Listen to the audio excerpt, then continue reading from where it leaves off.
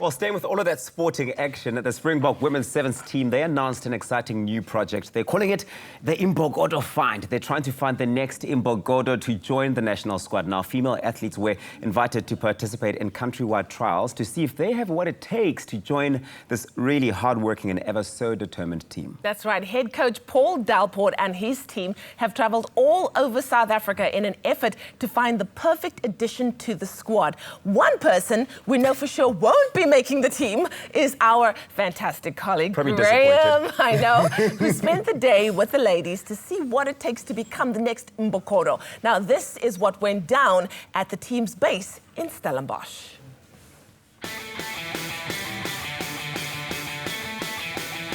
When I heard the Springbok women's sevens team had an open door policy that any entrant was welcome, I thought, hey, why not give it a try? Now, in all seriousness, we know that they've opened up the folds to a number of elite athletes from other sporting codes. So I wanted to come to their elite training centre to find out exactly what it requires to make that step up into a very competitive format of rugby, and also to connect with some old friends.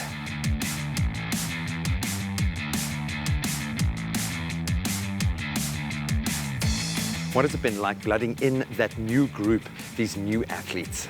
I know how talented the ladies coming in are, and I think a lot of them just need that push. They're coming into a high-performance environment, and it's brand new for them.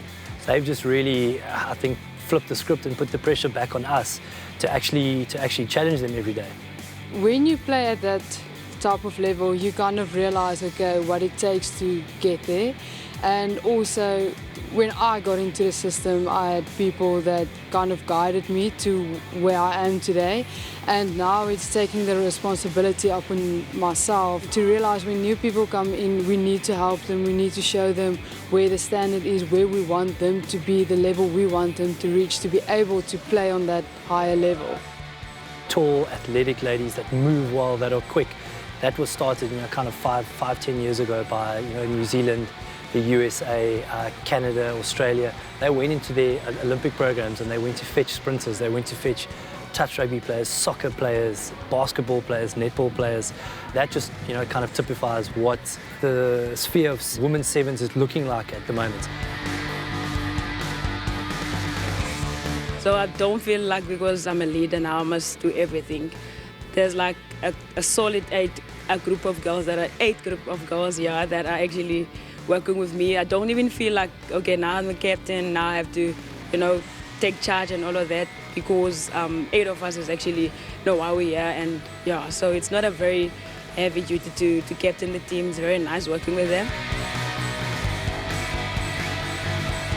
You have the value of having gone through a system yourself. You know what it takes out there on the field, but it doesn't seem to have tempered you at all, man. You are hardcore with the ladies. Why are you so tough on this team? I think a lot of movement or a lot of things happening in the world of women's sevens rugby and the world of sevens rugby in general. It's kind of been the rise of the athlete. So big emphasis on the fundamentals, big emphasis on, I think, the ladies developing their own skills. They need to know what makes them tick. They need to know where they need to be pushed, where they need to be pulled back. And I think the onus is on them coming in here to be better and to get better and to raise the profile of this team. This is how hard you need to work. This is where your fitness needs to be. This is where your strength needs to be. This is where your decision making needs to be on the field. And this is how you need to defend. This is the type of attitude you need to bring to the field. It's amazing to me to see how far you have come in such a short amount of time. If you think about it now, knocking on the door, obviously, of the Olympics, what an amazing achievement if that comes off. Possibly earning a place in the World Series, being able to play in front of a home crowd. Where is the focus right now? It's the best World Series tournament. It's where all of us want to play. You want to play in front of your home crowd. And again, big emphasis on us doing well at this Olympic qualifier, the African Cup, because that then puts us in a good position to go and qualify in Hong Kong next year, which serves as the World Series qualifier. It's one for the history books again, having the first women's World Series tournament hosted in Cape Town in South Africa in front of our home ground. So yeah, for us, it's really something to look forward to.